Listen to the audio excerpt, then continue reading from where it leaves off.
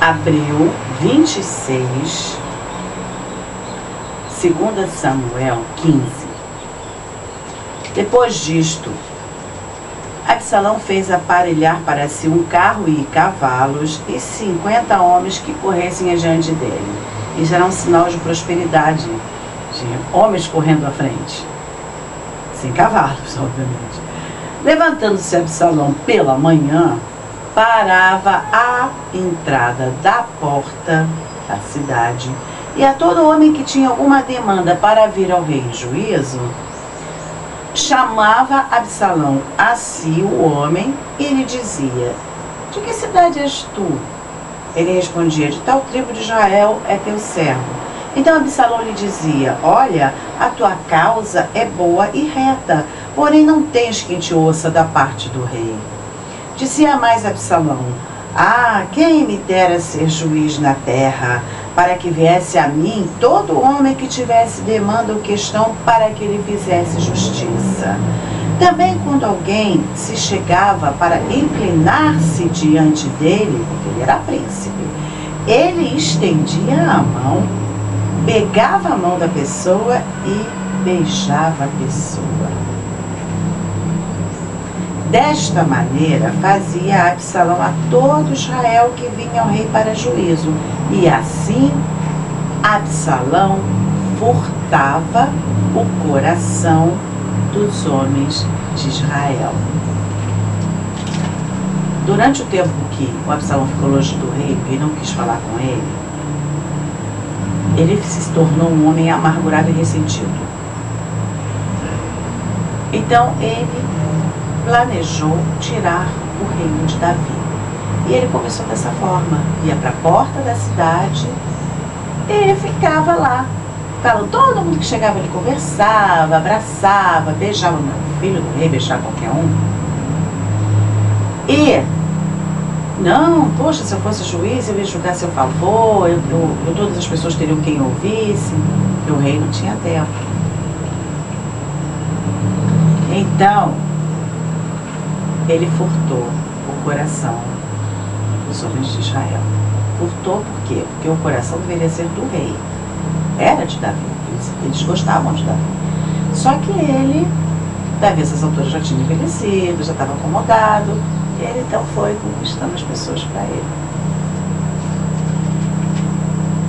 Ao cabo de 4 anos, olha bem, já são quase 10 anos depois daquela história do Davi com a Betseba, mais de 10 anos.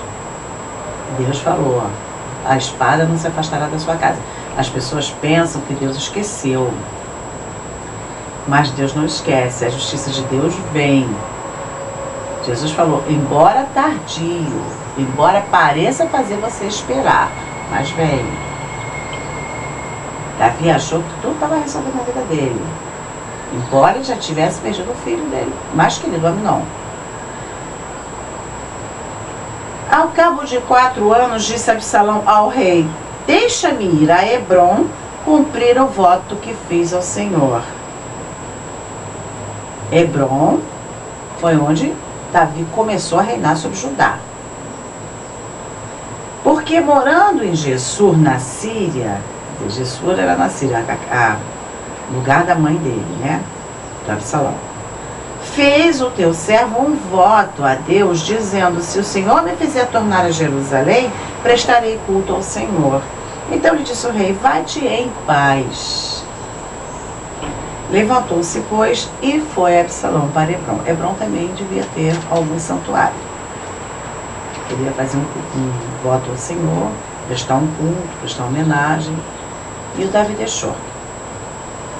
Enviou Absalão, então, emissários secretos, quer dizer, tinha gente com ele já desde aquela época, por todas as tribos de Israel, dizendo: quando ouvires o som das trombetas, chofar, direis: Absalão é rei em Hebrom, no mesmo lugar onde Davi foi ungido rei, pela primeira vez de Judá.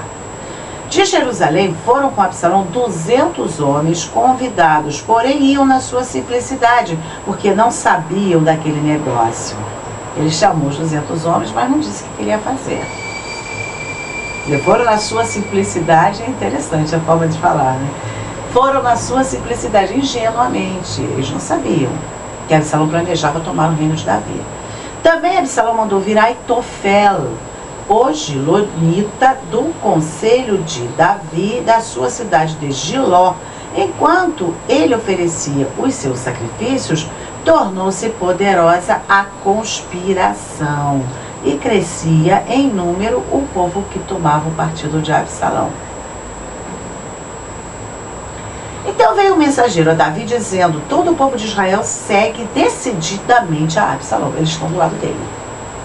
Disse, pois, Davi a todos os seus homens que estavam com ele em Jerusalém: levantai-vos e fujamos, porque não poderemos salvar-nos de Absalão. Ele percebeu logo, né? Ele era comandante de exército, ele sabia como é que a coisa funcionava. Dai-vos pressa a sair, para que não nos alcance de súbito, e lance sobre nós algum mal, e fira a cidade ao fio da espada. Eles estavam com medo dele também, que causasse carnificina em Jerusalém. Então os homens do rei lhe disseram: eis aqui teus servos para tudo quanto determinar o rei nosso Senhor. Permaneceram fiéis.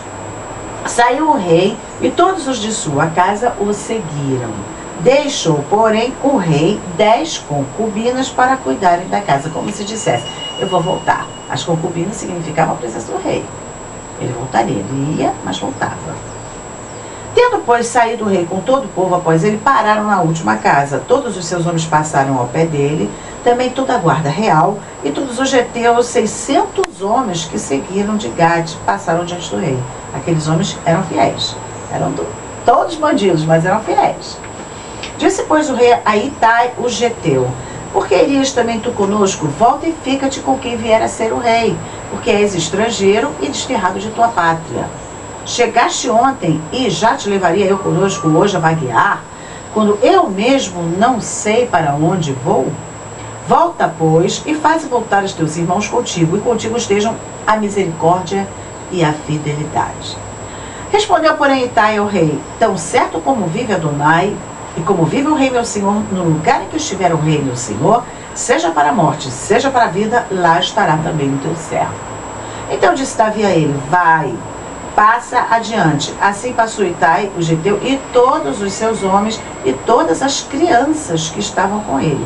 Toda a terra chorava, todo mundo estava chorando, em alta voz. E todo o povo, e também o rei, passaram o ribeiro de Cedron, seguindo o caminho do deserto. Olha o problema.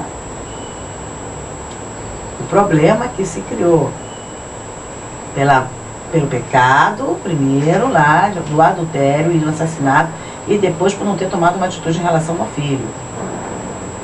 Eis que Abiatar subiu, e também Sadoc, né? E com este todos os levitas que levavam a arca da aliança de Deus. Puseram ali a arca de Deus até que todo o povo acabou de sair da cidade.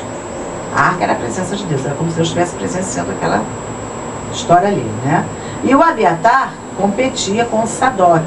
Abiatar era filho da Aimeleque, aquele sacerdote que foi morto porque ajudou já Davi quando ele fugia de Saul. Abiatar e Sadoc estavam lá. Então disse o rei a Sadoc: torna a levar a arca de Deus à cidade. Se achar eu graças aos olhos de Deus, ele me fará voltar para lá e me deixará ver assim a arca como a sua habitação. Davi não quis ficar com a arca porque ele não sabia se Deus ia ficar com ele, se ele ia voltar a ser rei. Ele não sabia. Quando ele tinha caído assim: deixa a arca, se eu voltar, se Deus me der a graça de voltar, eu vou ver novamente a arca, senão que ela fique em lugar seguro. Se, porém, disser Deus: não tenho prazer em ti, eis-me aqui, faça de mim como melhor lhe parecer. Que Deus faça o que ele achar que deve fazer. Se eu tiver que voltar, se ele achar que eu devo voltar, eu vou voltar. Se não, eu estou aqui pronto para o que ele resolver. Disse mais o rei a Sadoc e o sacerdote: ó vidente, tu e Abiatar voltai em paz para a cidade, e convosco também vossos 2 filhos Aimás e Jonatas, filhos de Abiatar. Olhai que me demorarei nos vales do deserto, até que me venham informações vossas. Eu vou andando e vou ficar por lá, até que vocês mandem informações. O que está acontecendo verdadeiramente. Sadoc e Abiatar levaram a arca de Deus para Jerusalém e ficaram lá. Seguiu Davi pela encosta das oliveiras, subindo e chorando. Tinha a cabeça coberta e caminhava descalço. Todo o povo que ia com Davi, de cabeça coberta, subiu chorando. Que situação triste.